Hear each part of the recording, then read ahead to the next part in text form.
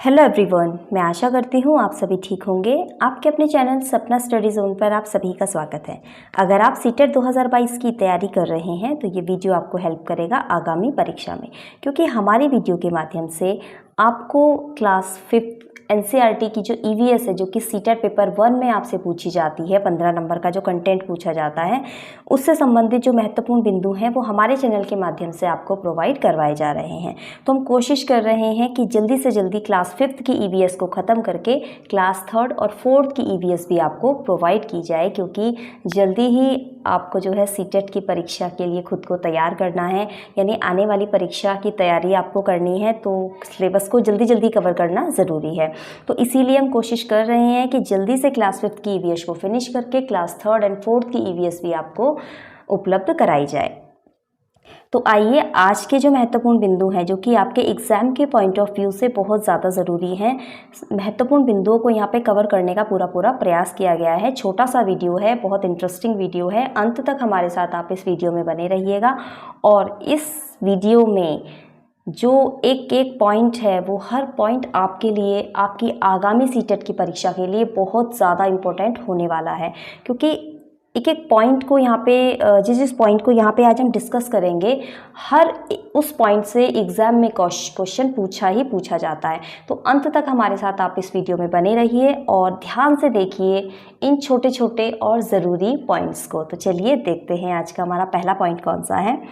तो पहला पॉइंट आपके सामने है, हाथी को उसके दांतों के लिए, गैंडे को सींग के लिए, शेर, मगरमच्छ और सांप को उनकी खाल के लिए मार दिया जाता है। इस पॉइंट से भी सीटेट में प्रश्न आपसे पूछा जाता है।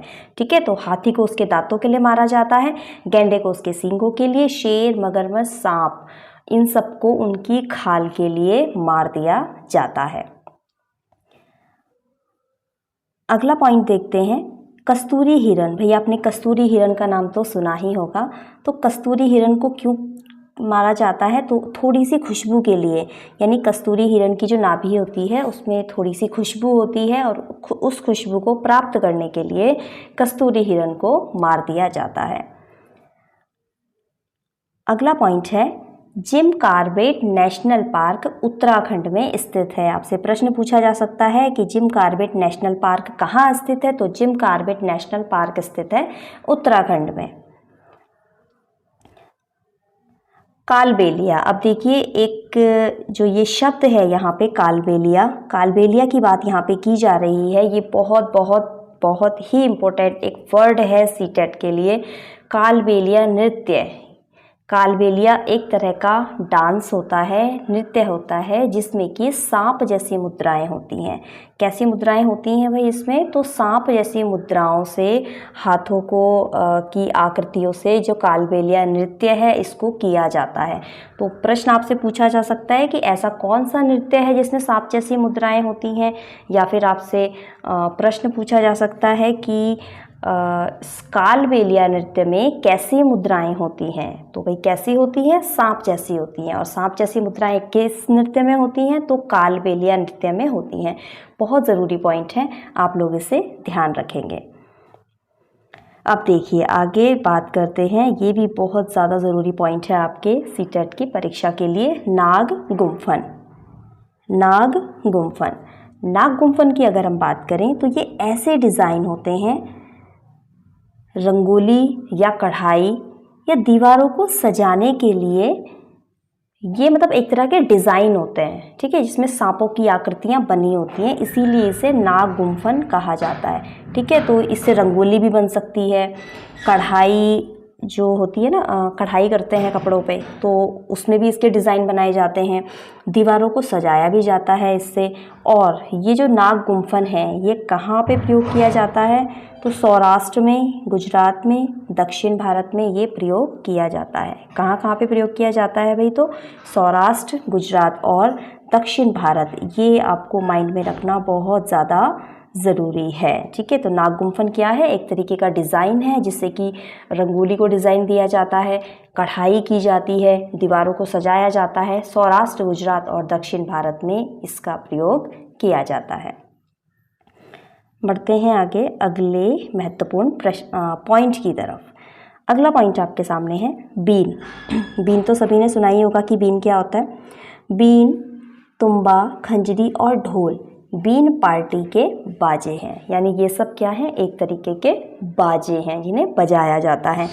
बीन के अलावा तीनों सूखी लौकी से बनाए जाते हैं, यहाँ सूखी लौकी से बनाए जाते हैं।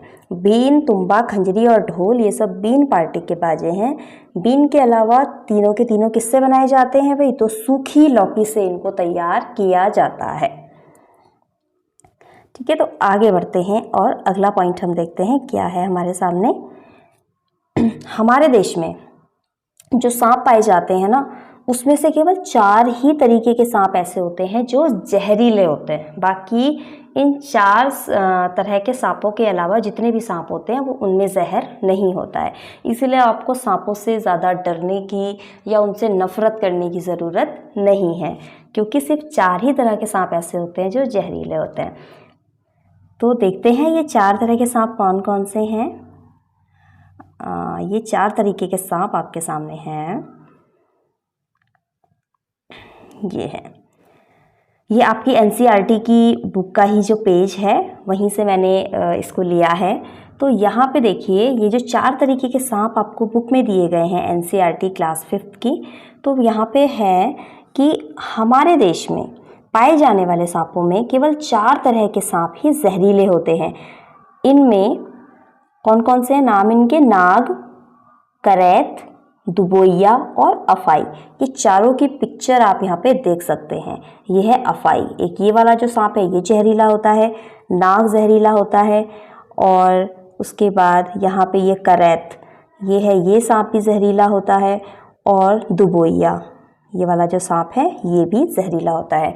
इन चारों तरीके के सांपों के अलावा कोई भी सांप जहरीला भारत में नहीं होता है। ठीक है, अच्छा, यहाँ पर एक और ज़रूरी पॉइंट है, इसको भी आपको अपने माइंड में रखने की ज़रूरत है। सांप जब किसी को काटता है तो उसके 2 खोखले जहर वाले दांतों से उस व्यक्ति के शरीर में जहर चला जाता है। अब इस जहर से बचने का एक ही उपाय होता है। जिस व्यक्ति को सांप ने काटा है उसे तुरंत जहर के असर को ख़त्म करने वाली दवाई यानी कि सीरम दिया जाता है। तो जहर के असर को ख़त्म करने वाली दवाई कौन सी होती है, तो वो सीरम होती है।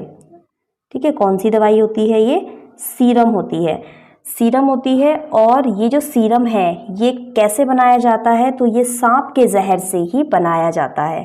ठीक है, ये सभी सरकारी स्वास्थ्य केंद्रों में मिलता है। ठीक है, तो सांप के जहर के असर को कम करने वाली दवाई का नाम है सीरम, और सीरम किससे बनाया जाता है, तो ये सांप के ही जहर से बनाया जाता है। ठीक है, क्लियर। तो चलिए बढ़ते हैं आगे, हम अगला पॉइंट देखते हैं अपना। कहाँ पे थे हम? हाँ, अच्छा, हाँ, ये हो गया था। अब आगे देखते हैं। ओडिशा के कालाहांडी में सबसे ज़्यादा चावल पैदा किया जाता है। तो भी सबसे ज़्यादा चावल कहाँ पैदा किया जाता है? ओडिशा के कालाहांडी ज़िले में। ठीक है, यहाँ पे आपसे प्रश्न कैसे पूछा जा सकता है? सबसे पहले तो सिंपल कि सबसे ज़्यादा चावल कहाँ पैदा होता है, तो ओडिशा के कालाहांडी ज़िले में। या फिर आपसे प्रश्न पूछा जा सकता है कि ओडिशा के किस ज़िले में सबसे ज़्यादा चावल पैदा किया जाता है। 4 ज़िलों के नाम आपको दे दिए जाएंगे, लेकिन आपको पता होना चाहिए कि किस ज़िले में सबसे ज़्यादा चावल पैदा किया जाता है।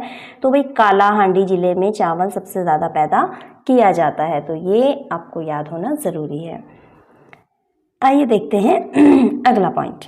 अब देखिए, यहाँ पे कुछ शिकारी पौधों के बारे में बताया गया है। अब ये जो शिकारी पौधा है इसका नाम है निपेंथिस। निपेंथिस जो पौधा है ये शिकारी पौधा होता है। जी हाँ, ये एक शिकारी पौधा होता है।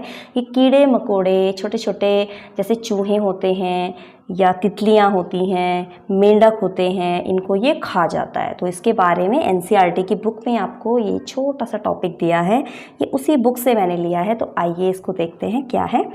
कुछ ऐसे भी पौधे होते हैं जो चूहे, मेंढक, कीड़े मकोड़े और छोटे जीवों का शिकार करते हैं। तो है ना कितनी हैरानी की बात कि भाई कोई पौधा भी ऐसा होता है जो कीड़े मकोड़े और छोटे छोटे जीवों को खा जाता है, उनका शिकार करता है ना। बहुत अनोखी सी बात लग रही है हमें सुनने में। इनमें निपेंथिस सबसे ज़्यादा मशहूर होता है। यह ऑस्ट्रेलिया, इंडोनेशिया, भारत के मेघालय राज्य में पाया जाता है। तो भाई ये कहाँ कहाँ पाया जाता है? ये ऑस्ट्रेलिया में, इंडोनेशिया में, भारत के मेघालय राज्य में पाया जाता है। ठीक है, तो भारत में कहाँ पाया जाता है ये? मेघालय में। मेघालय में आप इसको याद रखेंगे। इसका आकार लंबे घड़े जैसा होता है। इसके ऊपर पत्ती का ढक्कन लगा होता है। घड़े से खास खुशबू निकलती है, इस वजह से कीड़े खींचे चले आते हैं। पौधे के ऊपर पहुंचते ही कीड़े अंदर फंस जाते हैं और बाहर नहीं निकल पाते हैं। देखा, ये पौधा भी शिकार करने और करता है, और वो भी कितनी चतुराई से। तो ये आप देख रहे हैं, इसमें ढक्कन लगा हुआ है। ये ढक्कन ऊपर की तरफ उठा हुआ होता है और यहाँ से कुछ खुशबू आ रही होती है, बहुत अच्छी सी, जो कि कीड़े मकोड़े इन सबको अट्रैक्ट करती है। और जब ये उस खुशबू की तरफ खींचे चले आते हैं तो ये ढक्कन क्या होता है? अचानक से बंद हो जाता है। तो है ना फिर ये एक मज़ेदार पौधा। तो इस पौधे का नाम क्या है? निपेंथिस। निपेंथिस पौधा शिकारी पौधा है। इससे आपसे प्रश्न किस तरीके से पूछा जा सकता है? तो प्रश्न इसमें मैक्सिमम जो प्रश्न पूछा जाता है वो स्टेटमेंट आपको बहुत सारे दे दिए जाते हैं और फिर बताया जाता है कि भाई ये किस पौधे की विशेषता है, उसके नाम बताइए। कि ये एक शिकारी पौधा है, ये ऑस्ट्रेलिया, इंडोनेशिया, भारत के मेघालय राज्य में पाया जाता है। ठीक है, इसमें एक तरह की खुशबू होती है जिससे कीड़े मकोड़े खींचे चले आते हैं। तो इस पौधे का नाम बताइए। तो पौधे का नाम क्या हो जाएगा? निपेंथिस। एंड इसके अलावा आपको बहुत सारे स्टेटमेंट दे दिए जाएंगे। आपसे बोला जाएगा कि भाई निपेंथिस जो पौधा है इसकी विशेषताओं को पहचानिए, यानी इसमें से जो सही पॉइंट है उनको पहचानिए। आपको सही और गलत स्टेटमेंट मिक्स करके दे दिए जाएंगे। तो वहाँ पे सही स्टेटमेंट को पहचानने के लिए आपको इस पौधे की सभी विशेषताएं पता होना ज़रूरी है। तो इस तरीके से ये जो आपका ये टॉपिक है निपेंथिस, इससे प्रश्न पूछा जाता है। ठीक है, तो क्लियर, समझ में आ गया कि शिकारी पौधा कौन सा होता है? तो निपेंथिस एक शिकारी पौधा होता है। ठीक है, आगे बढ़ते हैं।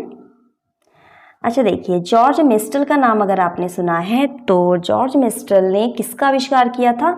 वेल्क्रो का आविष्कार किया था। जॉर्ज मेस्टल ने किसका आविष्कार किया था? वेल्क्रो का। वेल्क्रो का आविष्कार किसने किया था? जॉर्ज मेस्टल ने किया था। ठीक है, तो देखते हैं ये वेल्क्रो आखिर होता क्या है। ये आप सभी ने देखा है और अपनी रोज़मर्रा की ज़िंदगी में आप इसको यूज़ भी करते हैं। देखिए, ये एनसीईआरटी की क्लास 5th की ईवीएस की बुक में आपको ये छोटा सा पैराग्राफ दिया है।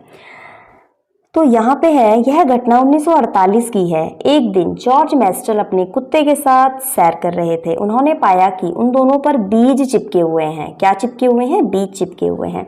इन बीजों को अपने कपड़ों पर चिपका देखकर वो हैरान रह गए। झट माइक्रोस्कोप निकाला। बीजों को बारीकी से देखने के लिए बीजों में छोटे छोटे हुक थे। इनकी मदद से बीज कपड़े के रेशों पर अटक गए थे। यह देखकर मेस्टल को आइडिया आया वेल्क्रो बनाने का। वेल्क्रो से दोनों सतह चिपक जाती हैं, खुलने पर चरचर की आवाज़ होती है। तुमने बस्ते, कपड़े, जूते, पट्टे आदि में इसका इस्तेमाल देखा होगा। है ना मज़ेदार किस्सा प्रकृति से प्रेरणा लेने का। तो जो जॉर्ज मेस्टल थे उन्होंने वेल्क्रो का आविष्कार किया था। वेल्क्रो क्या होता है? आपने शूज़ पे देखा होगा, अपने बैग पे देखा होगा, एक एक चिपकाने वाली जो होती है ये चीज़ होती है। इसमें क्या होता है, जब इसको खोलते हैं तो इसमें चरचर की आवाज़ आती है। ठीक है, तो ये कब किस किस में यूज़ होता है? ये चप्पलों में, बैग में, है ना, जूते में, पट्टों में, पट्टे में, इन सब चीज़ों में वेल्क्रो का यूज़ किया जाता है। तो वेल्क्रो का आविष्कार किसने किया था? जॉर्ज मेस्टल ने। अब एक छोटी सी चीज़ लेकिन बहुत ज़रूरी, हाँ, यहाँ पे आप ये देख सकते हैं कि कुछ खाद्य पदार्थ हैं। भाई ये खाद्य पदार्थ हैं, ये हमारे देश में कहाँ कहाँ से आए हैं, मतलब किन किन इलाकों से ये हमारे देश में आए हैं। इसमें एक छोटी सी पोएम आपको एनसीईआरटी की बुक में दी है क्लास 5th में। तो वहाँ से जो मेन चीज़ें हैं जो कि आपके एग्ज़ाम में पूछी जाती हैं, उन्हीं चीज़ों को यहाँ पे लिखा गया है। तो यहाँ पे देखिए, मिर्च जो है, जिसके बिना आज हम खाने में स्वाद की कल्पना भी नहीं कर सकते। तो वो मिर्च कहाँ से आई है? तो वो दक्षिण अमेरिका से आई है। भिंडी और कॉफ़ी अफ्रीका से। गोभी और मटर यूरोप से। चाय असम से। सोयाबीन चीन से हमारे देश में आया है और धीरे धीरे करके ये पूरे विश्व में फैला है। भाई ऐसा ही तो हुआ है कि कोई चीज़ कहीं उगाई जाती थी, कोई चीज़ कहीं उगाई जाती थी। व्यापारी एक देश से दूसरे देश में व्यापार के पर्पज़ से आया जाया करते थे और इस तरह से व्यापार के साथ साथ उन्होंने क्या किया, फसल जो बीज थे उनका भी आदान प्रदान किया और इस तरीके से जो कोई खाद्यान्न होता है वो इस तरह से क्या होता है, पूरे विश्व में फैल जाता है। तो यहाँ से ये कुछ मेन पॉइंट्स हैं, यहाँ से आपसे परीक्षा में प्रश्न पूछे जाते हैं। तो ये तो था आज का लास्ट महत्वपूर्ण बिंदु आपके सीटेट से संबंधित। ऐसे ही महत्वपूर्ण बिंदु मैं आपके लिए लाती रहूँगी और अब हम मिलेंगे अगली वीडियो में कुछ महत्वपूर्ण टॉपिक के साथ। तो तब तक के लिए आप सभी को गुड बाय।